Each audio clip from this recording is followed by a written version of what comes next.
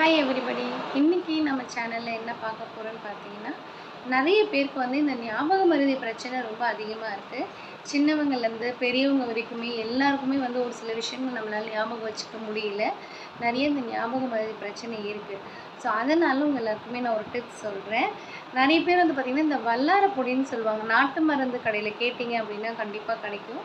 வல்லார பொடின்னு சொல்லுவாங்க. இந்த வல்லார பொடி வாங்கி நீங்கள் வந்து பசு நெய் இருக்கு இல்லைங்களா, பசு நெய் அதில் ஹீட் பண்ணிவிட்டு லைட்டாக அந்த நெய்யில் இந்த குழச்சி நீங்கள் சாப்பிட்டீங்க அப்படின்னா கண்டிப்பாக இந்த பிரச்சனையிலேருந்து சீக்கிரமாக உங்களுக்கு சரியாகும்.